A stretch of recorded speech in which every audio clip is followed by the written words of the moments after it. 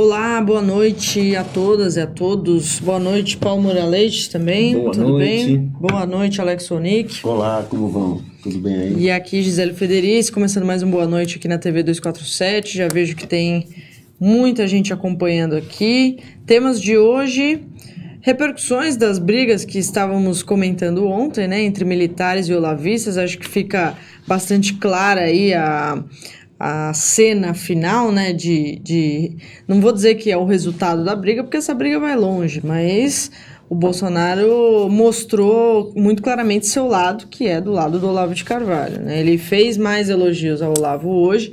Agora há pouco, à noite, ele foi questionado novamente sobre as críticas do Olavo aos militares, né, as críticas públicas. Ele ficou irritado e ainda disse que o Olavo é dono do seu nariz. E hoje, mais cedo, o Olavo já tinha feito nova crítica, não é nem crítica, né? Ele tinha batido de novo no Santos Cruz. Não é uma crítica, porque não é uma crítica construtiva, não é nem destrutiva, é um xingamento. É isso que o Olavo faz. Ele xinga, fala palavrão, e o Bolsonaro está defendendo o Olavo. O Eduardo também saiu em defesa do Olavo. A questão é os militares, por isso a gente colocou esse título aí, os militares estão sendo deixados, colocados de escanteio, e talvez sofrendo aí uma grande decepção, talvez, né? Mas humilhação com certeza. Isso. E pública, né? Então pega muito mal. E aliás, o Vilas Boas fez um comentário hoje também de que se o governo Bolsonaro der errado, as Forças Armadas vão pagar o pato disso, né? A gente também vai falar sobre a ida triunfal do Weintraub, claro que estou sendo irônica aqui, ao Senado, né? Ele fez uma fala lá em que teve de tudo, teve confusão de Kafta com Kafka, teve ameaça aos senadores, dizendo que a gente pode rever o corte no orçamento da educação se vocês aprovarem a reforma da Previdência. Ou seja, a reforma da Previdência é a solução para tudo, né? Para a solução de todas as crises do Brasil, assim como era tirar a Dilma, lembra? E aí a gente voltaria a ter investimentos externos, etc. A reforma agora, para esse governo, é a solução para tudo. E aí ele foi acusado de estar fazendo uma ameaça, o que era claramente o que estava ocorrendo. O Bolsonaro também assinou hoje um decreto da flexibilização das armas, vamos falar um pouco sobre isso, e recriou 2 ministérios, está sendo enganado pelo Trump, que está mantendo o bloqueio do Brasil na OCDE, e não que a gente ache isso uma notícia ruim, mas o Bolsonaro foi enganado pelo presidente dos Estados Unidos, né? Foi lá, prometeu mundos e fundos, recebeu promessa de volta, que não seria bom para o Brasil, mas veio com promessas, né? E que não estão sendo cumpridas pelo Trump. Só para a gente entender aí o contexto dessa relação presidentes Brasil e Estados Unidos, que é não de parceria, né? Mas de entrega e nada em troca. Já chega aqui um superchat do Francisco Alencar, que diz: amigos, Brasil 247, acabo de ver um post da Miriam Leitão sobre um corte de 43% dos recursos militares anunciados hoje. Exatamente, a gente vai falar sobre isso. Então, vamos começar por essa briga aí dos militares e dos olavistas, né? Como eu disse, o Olavo voltou a agredir o Santos Cruz, é isso que ele faz, chamou ele de analfabeto, e o Bolsonaro elogiou o Olavo, e depois, agora há pouco, disse que ele é dono do próprio nariz, né? Além disso, tem essa notícia que eu acabei de ler aqui, que o Francisco trouxe no superchat, né? A ameaça de corte no orçamento das Forças Armadas, noticiado pela Miriam Leitão. A gente noticiou isso no 247 também, lá no site. Isso mostra mais um sinal aí de que o Bolsonaro não tá nem aí para as Forças Armadas, não tem tanto poder assim. Aquela força que colocou o Bolsonaro no poder, né? Ajudou a colocá-lo no poder, e ele fez um agradecimento público ao Vilas Boas por isso. Paulo, o que você disse ontem está mais consolidado hoje, né? Mais ou menos isso. O que eu acho que é importante a gente ver é que hoje, ao longo do dia, a gente viu o desfecho. Claro que é provisório, nós estamos no governo que está completando quatro meses, são 4 anos de mandato, então nós vamos ter assim várias disputas. Mas hoje teve um jogo que meio um lance desse jogo, uma etapa desse jogo terminou. E assim, né, o importante é a força que foi a principal base de sustentação da campanha do Bolsonaro, que organizou a campanha, que deu legitimidade ao Bolsonaro e que protegeu o general Mourão, né, e que apoiou a perseguição ao Lula, acaba de ser humilhada e calada pelo Bolsonaro, né? Durante a campanha, foi justamente o comandante do Exército, né? O comandante do Exército, o general Vilas Boas, que se recusou a punir o Mourão quando ele fez aquela tenebrosa palestra, aquela palestra para o Clube de Maçonaria, que foi um vídeo, circulou o Brasil, escandalizou todo mundo. O Vilas Boas pôs panos quentes, foi lá no programa do Bial, falou que era um gauchão, um bom militar. Bem, a gente viu que esse gauchão, esse bom militar, virou ministro do Bolsonaro. Quando na campanha havia a possibilidade do Lula ser absolvido, conseguir um habeas corpus no STF e participar da eleição, Vilas Boas soltou aquele Twitter ameaçando, exigindo, em nome da nação, que o Lula continuasse na prisão. E teve um papel, portanto, decisivo. Além disso, os comandantes militares, as Forças Armadas, as entidades de militares da reserva se organizaram na campanha, bancaram o Bolsonaro. Isso não há dúvida. Tanto que, depois de organizar um bloco durante a campanha, os militares conseguiram um número inédito de ministérios, cargos de confiança em todo lugar. E toda vez que caía alguém, havia outra vaga para o militar. Assim, estava só assim, nunca se viu uma coisa dessa. Nada contra, nem a favor, mas evidentemente era isso, né? Quando veio a Previdência, os militares conseguiram manter um privilégio maravilhoso. Eles, assim, isso é a única força, o único setor do Estado brasileiro que vai passar incólume pela reforma da Previdência. Vai dar uma contribuição aqui, mas que provavelmente vai ter uma recompensa na frente, ou seja, vai manter todos os seus privilégios. Só que agora nós estamos na vida real. E a vida real é que esse mundo que os militares pensavam que era o mundo deles, que eles iam meio pagiar o Bolsonaro, tratar o Bolsonaro como aquele irmão mais velho, trata um caçula meio peralta, puxa a orelha de vez em quando, dá uma piscadinha e tal, eles estão vendo que não. O Bolsonaro não está sendo enquadrado por eles, não quer dividir poder com eles, e o projeto do Bolsonaro, que é claramente um projeto muito mais radical, muito mais destrutivo, que se pode ver na campanha. Quer dizer assim, hoje ele já não está feliz em pensar em invadir a Venezuela. Hoje ele já disse que a Cristina Kirchner é uma ameaça. Esse é o Bolsonaro. Ele vai para os Estados Unidos e faz declarações e assume compromissos que envergonham qualquer país que ainda tem um resquício de soberania. E uma força que ainda tem alguma história de soberania, né? Esse conflito que envolve o próprio papel das Forças Armadas no Brasil, e a gente depois vai falar um pouco disso, esse próprio papel das Forças Armadas no Brasil, e que envolve, portanto, a postura do Vilas Boas, a postura do Santos Cruz, a postura do próprio Mourão em alguns momentos, né, é que provocou uma briga.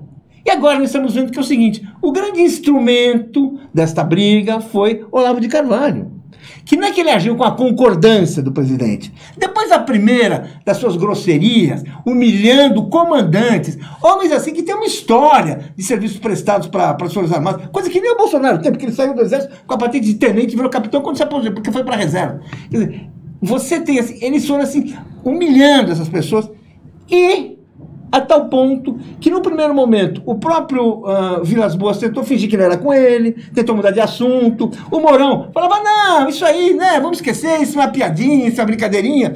O mais disciplinado deles, que é o Santos Cruz, simplesmente ficou quieto, mas certamente sabe da gravidade do que ele ouviu, e o Bolsonaro, nada. E quando foi se manifestar, foi manifestar de forma para humilhar os militares atingidos, humilhar aqueles oficiais que na campanha tiveram um papel decisivo para garantir que ele chegasse onde ele chegou. Que deram todo aquele respaldo, muitas vezes invisível, dessa força subterrânea, dessa força de militares da reserva, que mobiliza também as polícias militares, etc., para garantir a vitória dele. Ou seja,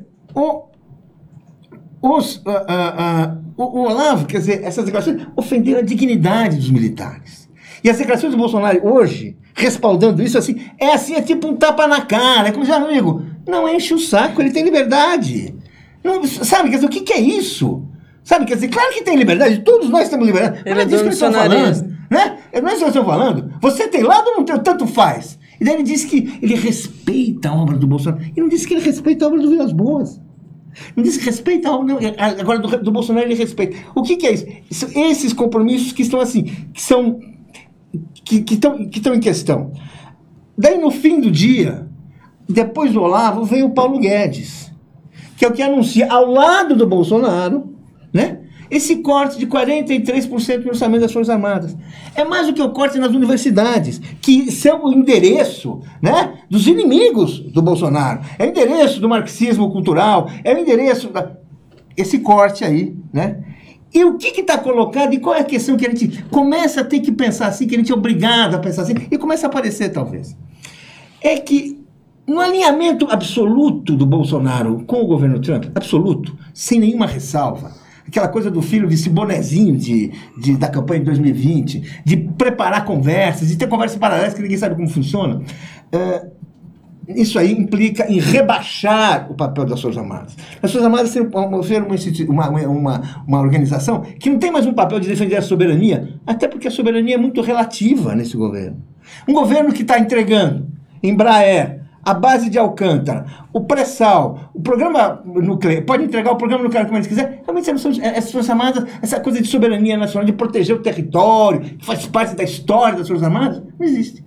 Então, tem aí uma questão que é de destruir as Forças Armadas, como diversas outras instituições construídas na história do Brasil. Nem importa muito, não é o essencial aqui saber se os comandantes, se os generais, eles são bolsonaristas, eles são de direita, eles são de esquerda. Não, a questão é que a instituição deles passa a ser um obstáculo para esse projeto de destruição nacional. E é isso que está ocorrendo agora, e é por isso que eles vêm com tanta virulência, e para isso o Olavo de Carvalho é útil. Porque o Olavo de Carvalho tem aquele desrespeito, que assim, ou você cala, ou você não divulga, ou você bate na cara, ou então é o seguinte, você tem que aguentar. E o que o Bolsonaro está fazendo? Gosto dele. Ou seja, ele está usando para isso. Ou seja, então, assim, é uma coisa assim, absurda, e que reflete.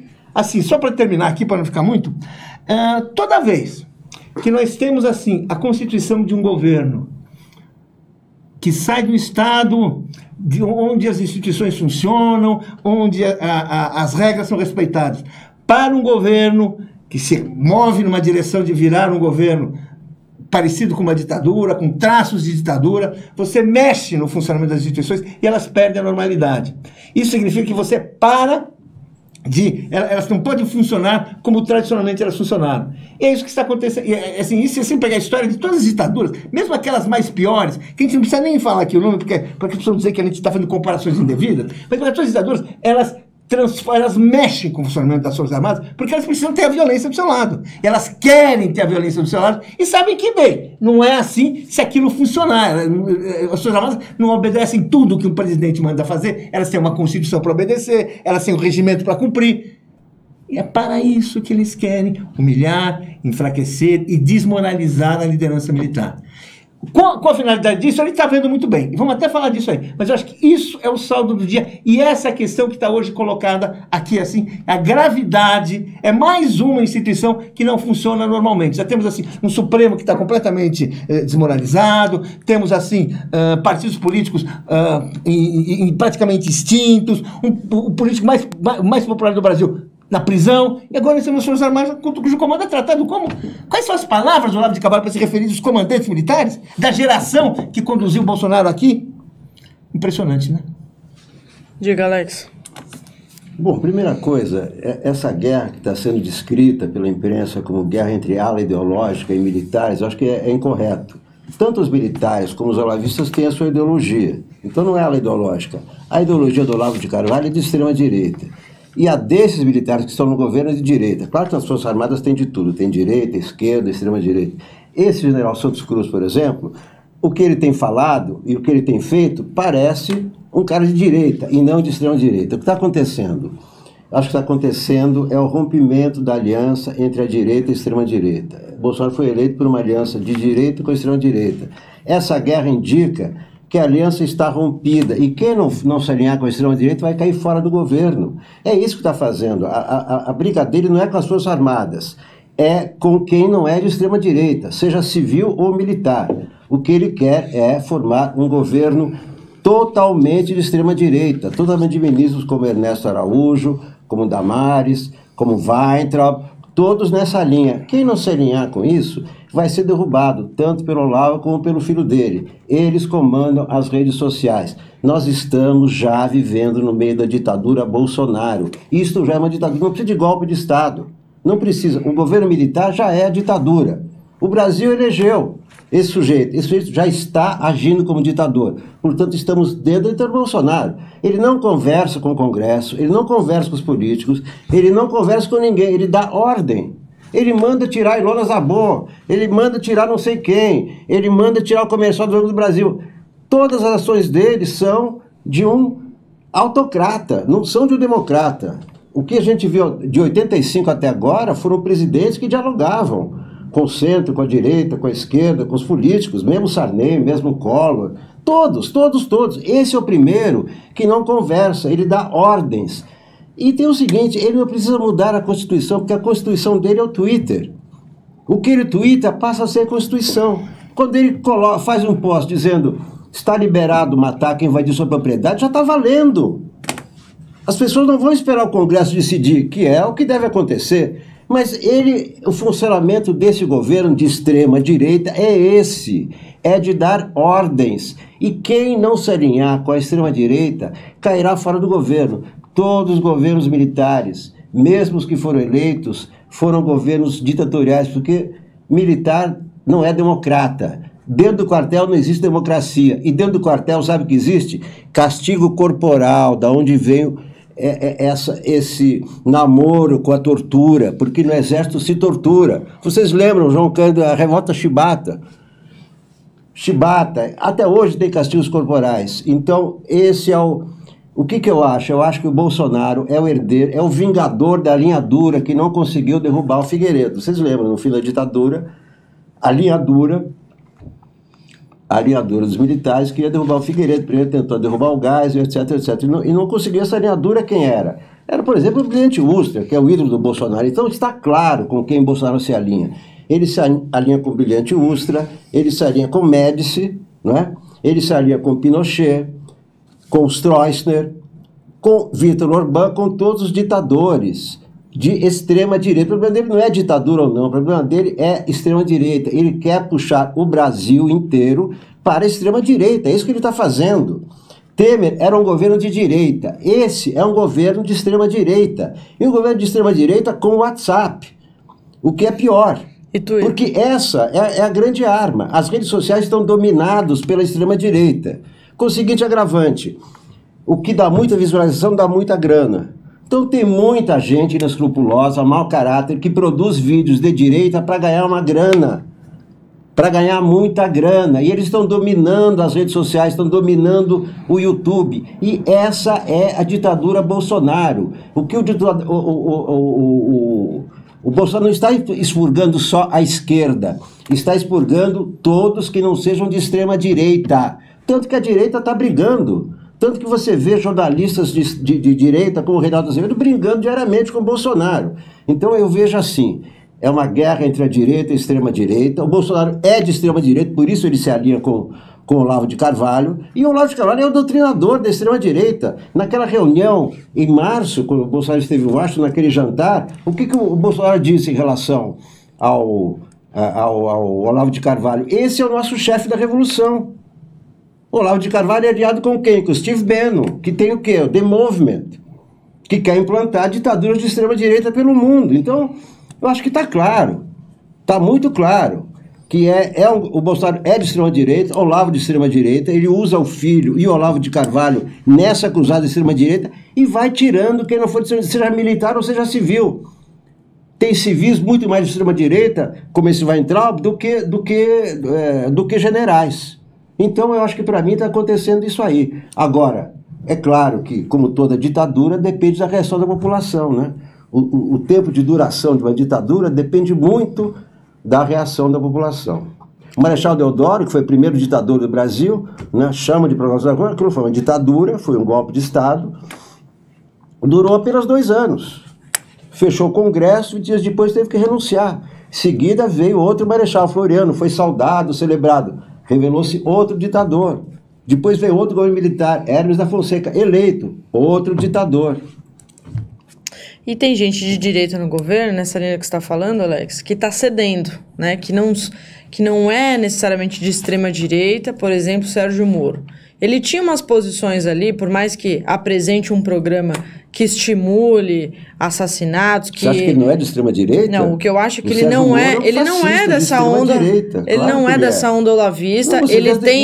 Ele tem folclore, mas o pensamento dele é de extrema direita. Por isso que ele está no governo. O Paulo Guedes elogia o Pinochet, por isso que está no governo. O que eu acho é que o Moro tinha posicionamentos que até não fariam parte do que ele está fazendo agora, né? Que era um pouco diferente. Eu não estou dizendo que era mais progressista, tá muito longe de ser isso.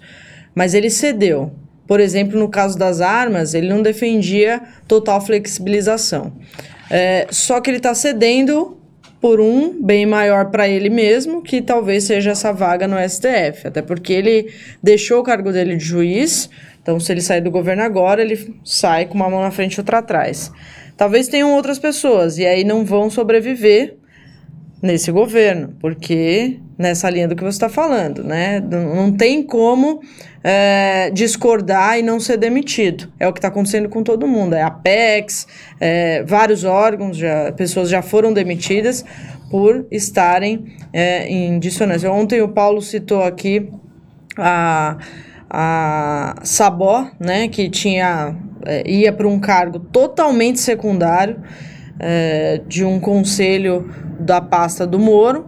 E isso também mostrou a falta de autonomia do próprio Moro, mas ele tá lá, tá segurando, aguentando esse período, né, para conseguir alguma coisa para o seu bem próprio, para sua carreira.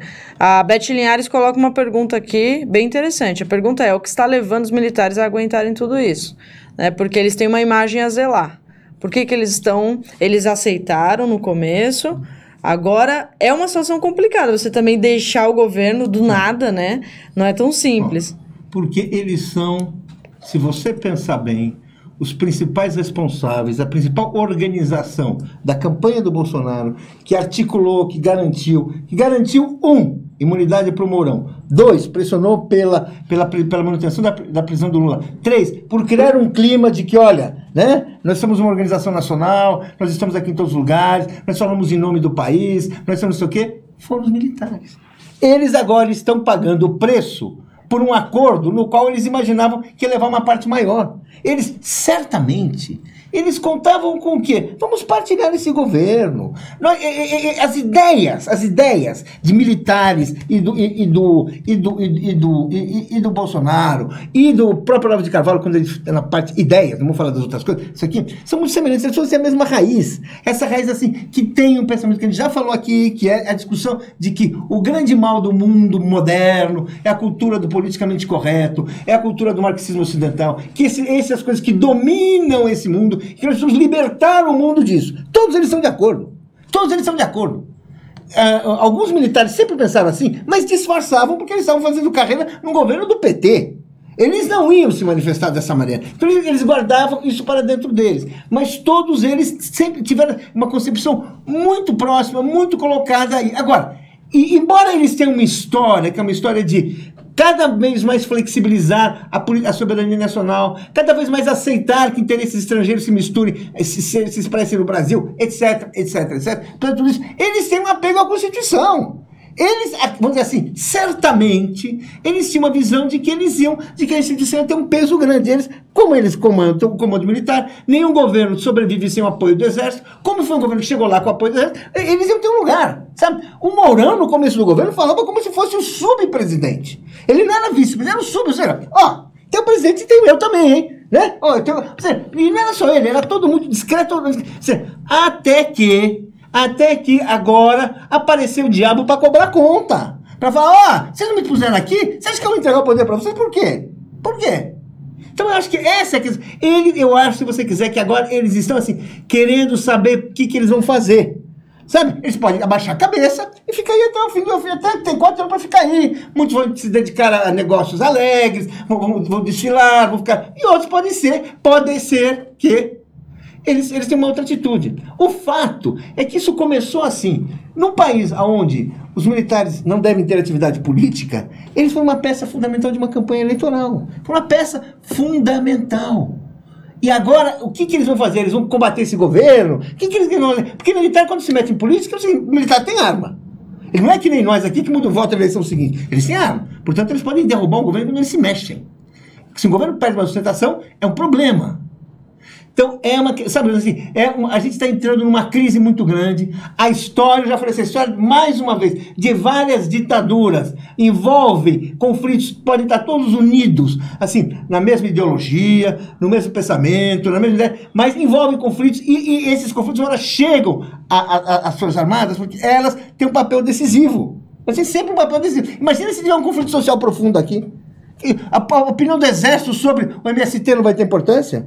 A opinião do Exército sobre não vai ter, vai ser tudo? Não, está desagregando. Então, começa a ter as pessoas agindo de forma avulsa, cada um agindo por conta própria. Não só o Bolsonaro, mas também um comandante, um governador do Rio de Janeiro. O que ele está fazendo? Pelo amor de Deus, como dá tiro?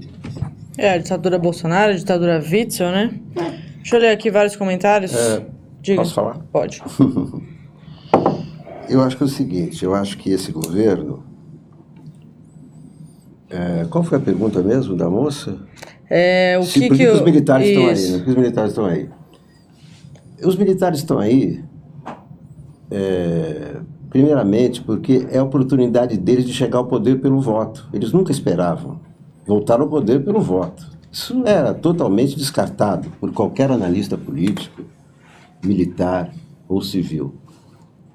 Esse governo tem 3 pilares: Sérgio Moro, Paulo Guedes e os militares. Se os militares caírem fora, o governo desmorona. Eles sabem disso. O Bolsonaro sabe disso, mas o Bolsonaro vai até o limite. O Olavo de Carvalho vai até o limite, porque eles são de extrema-direita. Extrema-direita age assim, vai até o limite. E ultrapassa o limite também. Agora, é claro que os militares estão ali porque estão no poder também. Eles têm vários ministérios, e não são só os ministérios, são muitos militares em vários cargos de governo, mais de 100 cargos de governo. E eles têm as armas.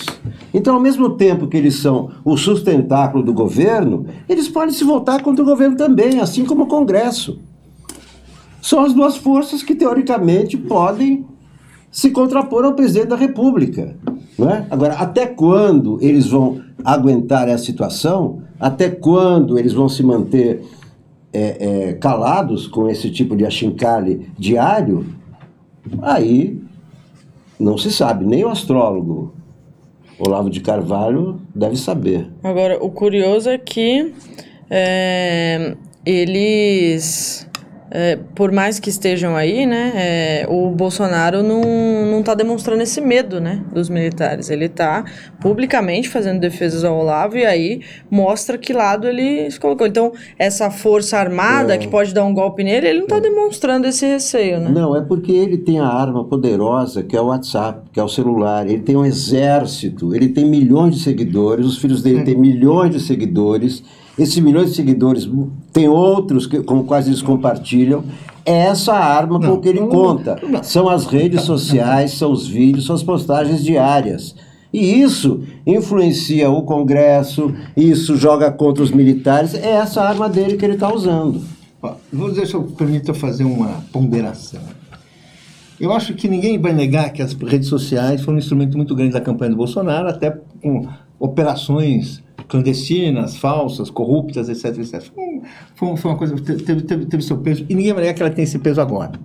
Mas ninguém vai negar também que a sociedade ela não vive na internet, né? E o Bolsonaro está perdendo popularidade, justamente entre os mais pobres. O Bolsonaro está assim, perdendo assim, aquela capacidade de mobilizar pessoas. Ele conserva, certamente ele conserva uma turma fanática com ele, uma turma mobilizada com ele, mas ele está perdendo. Por mais que ele coloque isso aí, por mais que ele distribua a coisa, por mais que ele tenha essa... As pessoas querem pão, as pessoas querem emprego, as pessoas daqui a pouco não vão poder pagar conta para continuar indo na internet, não vão poder comprar celular. O que elas vão fazer? Vão ficar vendo como? Vai ter Twitter para ouvir em alto-falante na rua? Não. Então, o país está indo para a miséria. O país, assim, o Bolsonaro está fazendo... Ele amarrou o burro do governo num projeto de reforma da Previdência que é muito difícil, que está fazendo água, que a pedra fundamental daquilo, que é a capitalização, começa a ser questionada dentro dos próprios formuladores. Ou seja, então, ele está se enfrentando problemas da política real. E é nesses problemas da política real que começa a dar confusão, que começa a ter militares que... Eu concordo com tudo, eu também concordo que o problema é o marxismo, também concordo que o problema é a esquerda. Mas espera aí, mas assim também não. Assim também não. Por quê? Porque, poxa, isso aí é a história deles, é a história do Brasil. O Bolsonaro, realmente, ele tem assim, aquela coisa assim, ele deve imaginar na cabeça dele que basta o exército se transformar numa força auxiliar do exército americano que tá bom. Aliás, o governo já mandou as Forças Armadas, portanto, com autorização do presidente, já mandaram um general para o comando do Atlântico Sul. Quer dizer, já é um novo sinal de cooptação. Existe tudo isso. Mas não é assim. Não estamos vivendo uma coisa assim que basta controlar a internet. Não é. Né? E se a gente vê, inclusive, a audiência na internet, ao contrário do que as pessoas gostam de dizer, gostam de pensar, ela é muito mais equilibrada. Quando você vê os mapas que medem audiência, as coisas que você consegue saber de onde vem, né? Você vê. Existe, sim, uma situação que tem uma luta política no país. Tem uma luta política. Ele está tentando mudar o país, tentando transformar o que ainda é um fiapo de democracia, avançando e deturpando, estuprando isso aí, mas ainda não conseguiu. Tanto que nós estamos aqui fazendo esse programa. Tanto que nós conversamos, tanto que as pessoas vão na rua, tanto que os estudantes fazem protesto. Então, assim, é bom ter enfim, isso que eu quero dizer, tem tudo isso. Agora, o jogo ainda não está terminado. O jogo não está terminado. Ele tem muita coisa agora. Pode ter rupturas, pode ter silêncio, ninguém sabe. O que eu acho que, do ponto de vista da reação militar, que é importante, mas eu não vou dizer que é única, que é o que vai ser? O tipo de conserva, o tipo de força, de respeito, que eles vão poder manter. Eu acho que se for abaixo da dignidade, se chegar num coisa assim que realmente, sabe, foi tratado a chute, na linha, aquilo que o Bolsonaro diz com os palavrões dele, porque isso se traduzir, esse orçamento traduz, é o Bolsonaro em forma de número, é o Olavo de Carvalho em forma de números, né, esse orçamento. Se seguir assim, eu acho que vai começar a ter problemas, mas não é daí que vai vir, não é daí que vai vir, vai ser a reação popular mesmo, tem eleição ano que vem, sabe, tem coisas que vão colocar, vai ter essa batalha das universidades, tem a batalha da Previdência, tem esse desgaste absurdo do Bolsonaro em centros financeiros, sabe, Nova York o que é? A capital financeira do mundo, o cara não conseguiu ir lá fazer um jantar.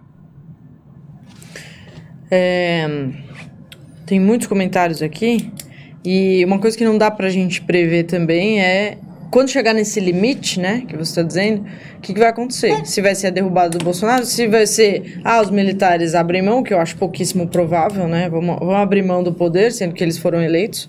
Então, isso o outro foi eleito, sendo que eles...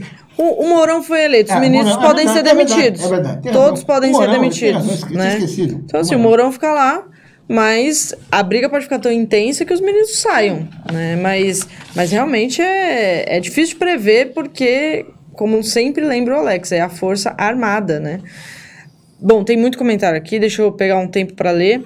Luiz Eustáquio diz aqui, a maioria dos seguidores da família Bolsonaro no Twitter e outras redes sociais são robôs, né? Tem todo o exército aí, isso faz parte da estratégia, mas o exército é usado para influenciar também, óbvio, né? Isso que foi feito nas eleições. Não eram só pessoas humanas, tem o exército também dos bitolados no Bolsonaro, mas claro, tem o exército Mas tem o seguinte, os eletrônico. Robôs formam um efeito manada. Sim. Então, os robôs começam a dizer, o PT é isso e aquilo, o PT é isso e aquilo, diariamente, a todo momento. Então, seja robô, seja gente, forma um efeito monada. Não, claro. Isso aí, E os filhos ajudam isso. hoje De uma gaúcha, de uma antropóloga gaúcha, chamada... Vamos ler as coisas pra você falar, né? Por favor, tô louco pra ver esses comentários. Vamos ver.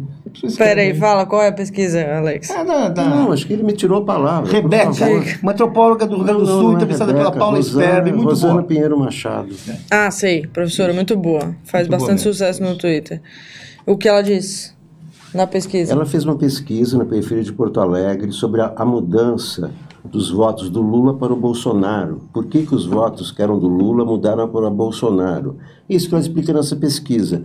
E ela está fazendo uma tour de palestras em universidades americanas e está sendo ameaçada pelos bolsonaristas. Sim, isso mesmo. E está querendo ficar nos Estados Unidos. Não quer mais voltar. Era Mais uma, né? Universidade Federal de Santa Maria. Tem pouco a ver com então, tem pouco a ver com as... calma. Porque assim, não tem a ver com as redes sociais. E falando nisso, a mudança Rosana... política, o que aconteceu com a vida das pessoas. Mas você não viu. Você não viu o resto. Eu vi. A mudança foi através do celular. Através do... Bom, Paulo, você está rindo. Ô, gente, desculpe, mas é o que está na Folha. Ah. A mudança aconteceu com as mensagens via celular, via WhatsApp. A antropóloga conta isso. Inclusive, ela é muito daí boa. a importância das redes sociais. Não há como negar isso. Claro. Você negar a importância das redes sociais, tanto na campanha como hoje... Não, mas não está se negando. Ninguém está Não é. negando, Alex. O que é o seguinte, não dá para supervalorizar os robôs. Não são os robôs. As pessoas... O médium Não, que no elas caso leem das Forças com experiência Armadas. concreta. Elas têm experiência concreta. O que aconteceu? Que ela explica na pesquisa dela, que é muito boa nesse sentido. É muito boa. Que a vida das pessoas foi piorando e não teve resposta. E veio Mas o que era elas foram esperança. influenciadas pelo celular. Hoje tem mais celular do que gente no Brasil. Não há como negar isso, Paulo. Deixa eu encerrar isso aqui dizendo que a Rosana Pinheiro Machado deve ser entrevistada nos próximos dias pelo William De Luca e vai Muito falar bem, sobre essa muito pesquisa bem, e outros muito bem. assuntos. Cláudio Alves diz aqui, os generais apoiaram o Bolsonaro e em troca o Bozo lhes deu uma facada de 43%, exatamente. Não há tutela militar sobre o Bozo, o país está totalmente acéfalo. Ele tinha mandado um outro também, dizendo que os militares não podem dar um golpe de Estado contra o Bozo, porque este tem o apoio dos Estados Unidos, e aqueles não têm o apoio nem do povo, nem dos minions. Acho muito importante essa observação, porque a gente não pode esquecer do poder maior que é o governo Bolsonaro. Não acaba no Bolsonaro, acaba no Império Norte-Americano, é isso. Marisa Gomes, não sei o quanto tudo isso não é calculado, tudo armado para nos manipular e aceitar os militares no poder. Os militares nos salvarão do caos, está cheirando a armação e estamos caindo. Também existe essa linha de pensamento que eu acho que cabe também, né? Vamos deixar os militares menos intragáveis do que o próprio Bolsonaro. Isso não é teatro, isso é política. Isso não é teatro, eles não são atores, não é um filme. Isso é realidade política. Se a gente for imaginar que tudo é um teatro, a gente vai se perder, não vai entender mais nada. Isso não é Shakespeare. Isso é política, é a realidade. Eles não são atores, não tem script. A Miriam Hills também lembra aqui dos Estados Unidos, diz ali os Estados Unidos, eles que estão no comando. Carlos Alberto Zani, os militares caíram na mesma ratoeira que o Moro. Esses idiotas pensam que a dupla Olavo Bannon é amadora? Tudo faz parte do plano e do roteiro da guerra híbrida. Amadores são os golpistas brasileiros. O Rai Lula Rousseff 247 da Silva diz... o Bozo está querendo se vingar do exército por ter sido expulso. Ele quer se mostrar como o supremo ditador perante aos que mandaram embora. É só isso. Luiz Silva, a obrigação de sucesso é 1000 vezes mais exigido de quem chega ao poder por vias transversas, porque se auto-atribuiu ser deuses. João Bosco, Moro é CIA-NSA, extremamente direita fascista. O Anilton Joaquim também diz, Gisele, o Moro é uma pessoa falsa, vai para onde o chefe manda. José Carlos Sampaio diz, ora, Olavo de Carvalho parece que está apenas exigindo lealdade por parte daqueles que se beneficiaram de sua ideologia para chegarem ao poder. É pedir muito, mas usaram a ideologia para chegar ao poder, mas depois não deviam nada a ele, né? Não tem essa coisa de lealdade, porque o que eles poderiam perder, a família Bolsonaro como um todo, né? Porque os filhos também aí são discípulos, o que eles poderiam perder se ignorassem o Olavo depois? Eles realmente acreditam em tudo isso, né? Alexandre Gasparotti, a continuar assim até o meio do ano só vai sobrar fascista nesse governo. Não sei se temos pessoas democráticas nesse governo. Edu Goulart, lembram que a ditadura de 64 também perseguiu alguns militares? Com certeza, né? Roberto Alves diz, Vilas Boas recebeu a paga do Bolsonaro pelos serviços prestados. Né? E eu queria ler aqui a nota sobre a notícia do orçamento que a Miriam Leitão publicou. Ela diz, o almoço de hoje dos comandantes militares em Brasília foi bem indigesto. Os generais foram comunicados de um corte de 43% no orçamento das Forças Armadas. O ministro da Defesa, Fernando Azevedo, disse que terá que ser buscada uma saída. Os comandantes saíram sem ter ideia de como pôr em prática um corte desta dimensão. Comentário de um dos generais presentes. Nem no governo do PT aconteceu um corte desse tamanho. O presidente Jair Bolsonaro e o general Augusto Heleno estavam presentes e esse foi o assunto central do almoço. Que interessante ouvir esse comentário sobre o governo Lula, os governos do PT, porque o Lula acabou de falar isso na entrevista que ele deu ao Florestan Fernandes e à Mônica Bergamo, né? Ele lembrou os militares do que os governos do PT fizeram pelas Forças Armadas, todo o investimento que ele deu. Ele falou, pô, o que aconteceu com vocês para vocês virarem bolsonaristas, né? Então é bem interessante que essa observação tenha sido feita no almoço de hoje, no anúncio do corte do Bolsonaro, de 43%, como lembrou o Paulo, bem maior do que os das universidades. Conceição Carneiro acabou de se tornar membro aqui, queria agradecer a Conceição, dar boas-vindas para ela. O Adancil Rover diz, é inédito uma sociedade retrógrada e egoísta que apoia um governo traidor e inconsequente apenas para destruir o país, para que o povo se mantenha na miséria, inculto e não poder usufruir de nada na nação. É realmente inacreditável. A educação pode ser um ponto aí que mude isso, né? Nessa percepção da população em relação a esse governo. Tem gente que não está criticando ainda, tem gente que está ainda, é melhor que o PT, mas a educação pode mudar porque ninguém é contra a educação. Então, os estudantes estão reagindo, estão saindo às ruas, fazendo vídeos, se manifestando de várias formas contra esses cortes. Pais, professores vão aderir a isso. E a educação pode ser ali o tema que vai mudar essa percepção, acredito, em relação ao governo. Vamos falar sobre o vai entrar hoje no Senado, porque ele deu várias bolas fora, né? Confundiu aí, como vocês sabem, o Kafka com o kafta, né? O prato árabe, mas não é disso que a gente vai falar. Não é aquele rusga e ruga também? Esse governo tem um problema. Ele está competindo com o Moro, né? É o novo conge, é o vai entrar. Mas nesse discurso aí, nessa fala aos senadores, ele também respondeu perguntas, etc. Ele defendeu que as universidades funcionem como incubadoras de empresas, né, que sejam ali alvo de investidores, ou seja, não tenham mais o caráter de ensino público. E aí ele citou o exemplo dos Estados Unidos, né? Somos uma cópia, a partir de agora, do governo Bolsonaro, tudo que os Estados Unidos fazem. E nem é o exemplo dos Estados Unidos. Para você ver como ele é ignorante. Porque os Estados Unidos têm universidades que fazem as maiores pesquisas do mundo. Exato. Eles gastam dinheiro de pesquisa, você não imagina. E dinheiro que por caminhos muito, às vezes, escondidos, é o dinheiro público. Que chega nas universidades, através de fundações, e chega lá. É isso que faz a universidade, que não tem nada. Isso que ele fala é assim, isso não é nem universidade, isso como que é? Incubadora. Incubadora. Não, pode até ter esse exemplo, claro, né? Mas assim, a questão é que há universidades públicas, há bolsas, muitas bolsas, mas ele está um pouco desinformado. E aí ele fez uma declaração também que foi muito grave, que foi a de atribuir a revisão desses cortes na educação à aprovação da reforma da Previdência, mais uma vez reforçando aí no discurso do governo de que a reforma da Previdência é a solução para todos os problemas do Brasil, né? Então ele fala assim, se a economia recuperar com a aprovação da Previdência, a gente descontingencia.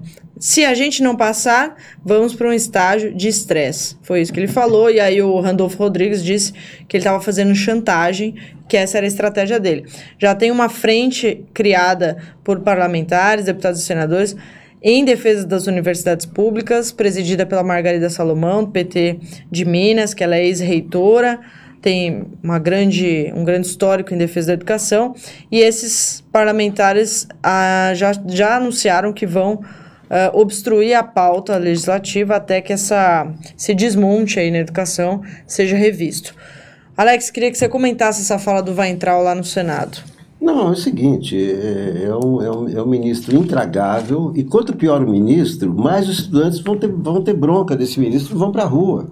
Porque a cada vez que ele abre a boca é para falar alguma barbaridade. Hoje foram várias barbaridades juntos. Primeiro que ele não tem nada que se meter com a reforma da Previdência. A gente já viu o ministro da Educação que se mete em reforma da Previdência.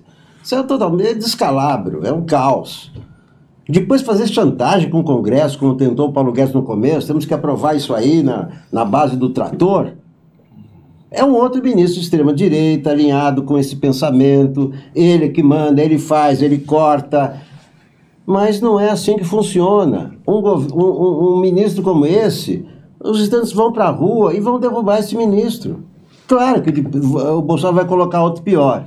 E aí os estudantes vão para a rua de novo. Mas quanto pior o ministro, mais protestos, que estão só começando. Mais crise no governo também, porque essa troca de ministros, eles não conseguem fazer o que querem, né? Paulo?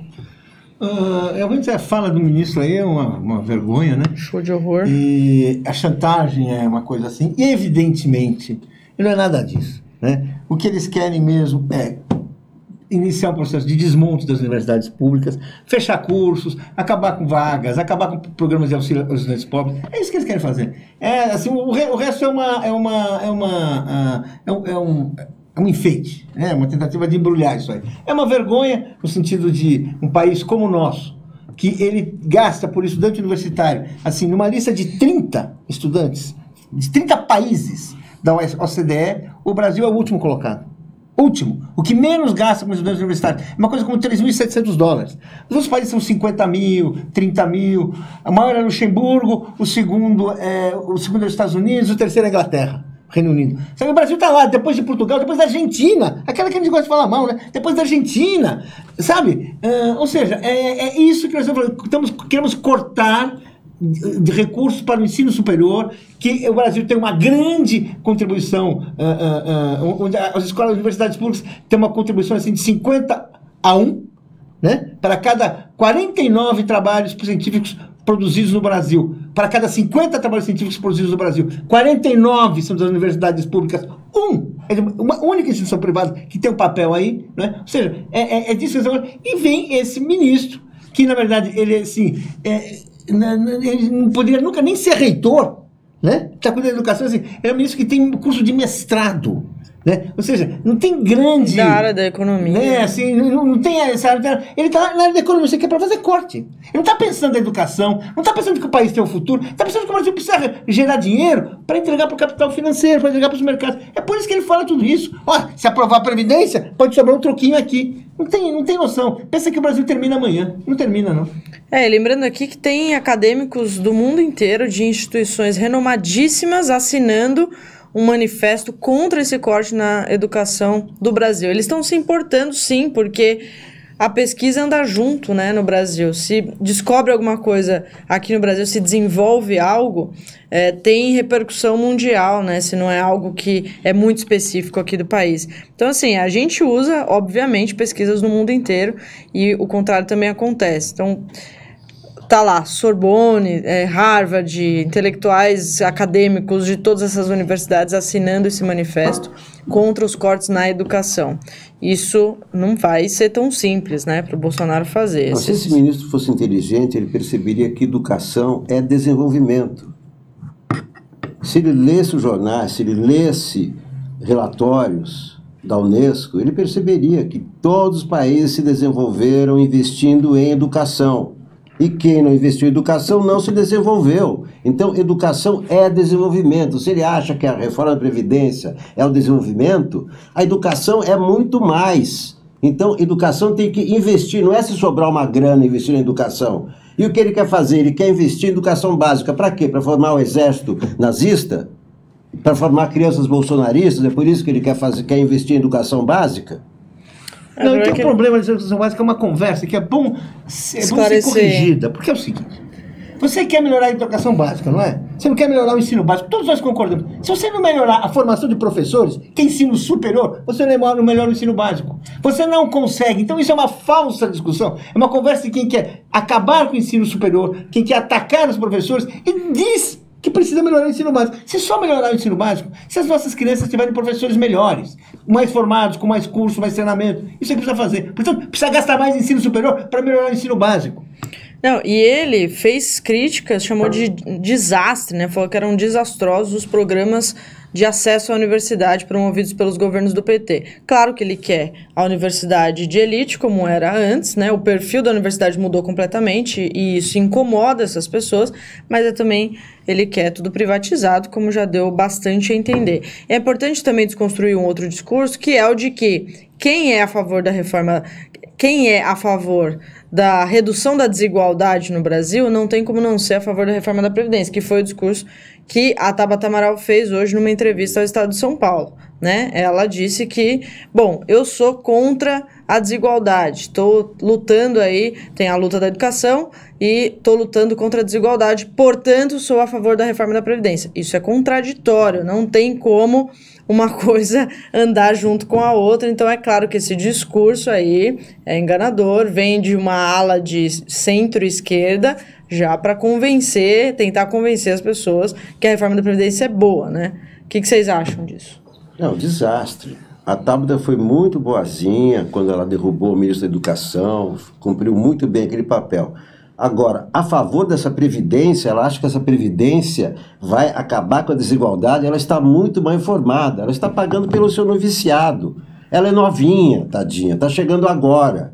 Agora, contrariar o seu próprio partido e apoiar essa reforma desse jeito, que estraçalha com o aposentado, que acaba com a aposentadoria, ela acha que vai trazer, desculpa, é muita ignorância. Naquele momento que ela derrubou o Vélez, ela foi muito bem, fez um interrogatório perfeito. Agora, a posição dela em relação à Previdência totalmente equivocada, totalmente equivocada. Só antes de passar para o Paulo, aquele é um comentário da Silene Godoy que ela fala, ela é bobinha e levada pelo capital, né? Porque não são só os pensamentos dela ali, tem muita coisa por trás, que eu sei que vocês conhecem a Tabata, vem de movimentos que formam lideranças políticas e que são financiadas por grandes grupos, né? Elite financeira. Olha, a Tabata tem uma coisa assim que chama atenção, porque ela é uma deputada de primeiro mandato, teve uma excelente votação, né, em São Paulo, né?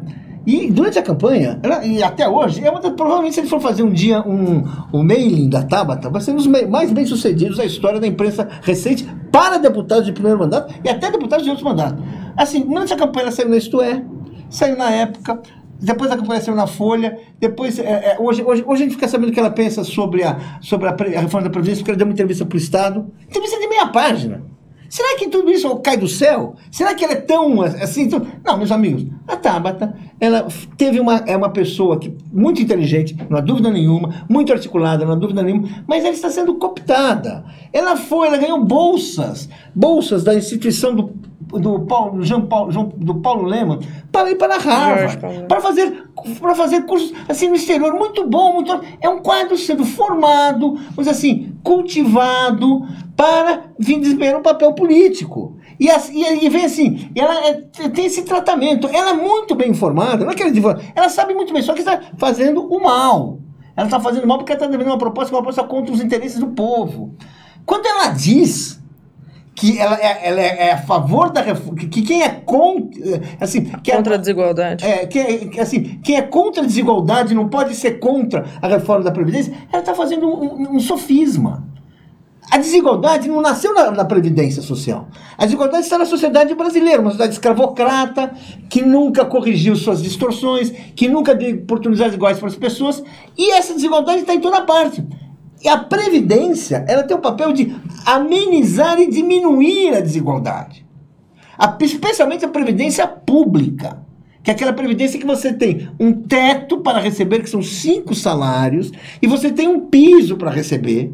E significa que a Previdência, ela garante uma sobrevida, uma vida digna para as pessoas que não teriam outro meio de sobreviver se não tivesse essa Previdência, se não existisse a Previdência. Portanto, ela contribui para diminuir a desigualdade, contribui para diminuir a miséria. E esta reforma, que tem como plano privatizar a Previdência pelo regime de capitalização, que segundo a Folha de São Paulo, a senhora Tabata é a favor, e segundo uma matéria do painel, ela é a favor, não tem sentido. Não tem sentido. Então, é uma discussão assim, que vem assim, emoldurada por uma pessoa bem articulada, um rosto novo, ele sabe, como um termo que se fala aqui, para acabar com várias políticas, o rosto novo é sempre interessante, pode ser assim, ter muita acolhida, mas é bom prestar atenção nas ideias, as conversas, porque isso aí não tem nada a ver com o debate real que tem no Brasil hoje, que é proteger a Previdência, defender a Previdência para aperfeiçoá-la, e não para destruí-la como quer a reforma. Que quer destruir. Alguém acha que o Paulo Guedes está preocupado em diminuir a desigualdade? Esse argumento assim, sabe? Tem uma pessoa que à noite as pessoas devem dar risada quando leem isso. E que passa essa imagem de ingenuidade, mas que a gente não pode cair nessa, né? Não há ingenuidade. Dora Rosa Cruz pergunta aqui, 43% de quê? Cheguei agora, desculpem. Corte nas Forças Armadas. Essa é a ameaça do governo Bolsonaro, né? Maria de Lourdes, muitas pesquisas são feitas em parceria entre universidades e as nossas federais. A Silene eu tinha lido. Ah, não, a Silene, ela pergunta se eu sei quando vai sair a entrevista do Kennedy pela BBC. Vai sair no sábado, 00:30, né? Portanto, de sexta para sábado, para os assinantes do canal, né? Então, vai atingir ali uma parcela pequena, mas depois que for exibida na BBC, vai ficar disponível na internet. É isso que a BBC está dizendo, pelo menos, ali no anúncio da entrevista na página deles. Ricardo Bueno de Araújo se tornou membro aqui do canal. O Paulo Batista também, sejam bem-vindos. Rosângela Gonçalves, estou indignada com a declaração do ministro da Educação, chantageando a educação para aprovação da Previdência. O Cláudio Alves diz, Alex, o que você pensa de um ministro da Educação judeu que não conhece um dos maiores escritores judeus da história? Como explicar isso? Calma, gente, ele só trocou a letra ali. Eu acho lamentável por tudo, né? Por ser judeu, ser judeu ou não judeu, lamentável participar desse governo. É lamentável. Todos que estão nesse governo vão entrar para a história muito mal. O Luiz Eustáquio diz aqui, vai entrar é o personagem de A Metamorfose, de Kafka. Luiz Arnaldo Silva, já comecei a ouvir nas ruas reclamações de pessoas sobre a crise na economia que está afetando suas vidas, alguns se dizendo arrependidos por terem votado no Bolsonaro. José Leite Júnior, governo das silabadas, impropérios e cacofonias. Grotesco até na linguagem. O Cadu Lacerda diz, o Moro é tão incompetente quanto o Bozo. Não deve ser o autor das peças que fez, pois sequer consegue falar direito. Conge. Fora do governo, acabou. Vai engolir tudo para continuar. É triste. Lula livre. Aliás, estão até dizendo hoje no Twitter que daqui a pouco as Forças Armadas vão entrar na campanha Lula livre, né? Wagner da Costa Araújo. Gisele, como membro, peço que respeitem a opinião do Alex. Por favor, PML, se comporte como ele e espere a sua vez. Estamos de olho. Bronca do Wagner aqui pro PML. E a Conceição Carneiro se tornou membro. Não lembro se eu já tinha lido. Peraí. É isso. Deixa eu anunciar aqui a entrevista do William De Luca. Tem a notícia da flexibilização das armas, mas não vai dar tempo de comentar. O Bolsonaro assinou o decreto hoje, mas a gente já falou bastante sobre isso. O William vai conversar com a Catarina de Almeida Santos, que é professora da UNB, doutora em educação pela USP e coordenadora do Comitê de Campanha Nacional pelo Direito à Educação lá no DF, lá no Distrito Federal. Vai falar com ele agora sobre todos esses desmontes na educação. E tem também programa com o Gustavo Conde. Às 10 horas, debate sobre educação, Gustavo Conde e Luciano Escobar. Beleza, gente? Fiquem aí com a programação do 247. Tem uma matéria bem legal lá no site, acessem lá, que é uma reação de uma ex-funcionária da Globo, que foi demitida lá na Bahia, e falou... Bolsonaro é o caralho, o negócio é Lula livre, tá divertido. Só a notícia péssima, que é a demissão de 40 profissionais pela Globo lá da Bahia. Boa noite aos dois, boa noite Paulo, Alex, boa noite a todo mundo, muito obrigado pela audiência, gente, até amanhã, valeu. Obrigado, até amanhã.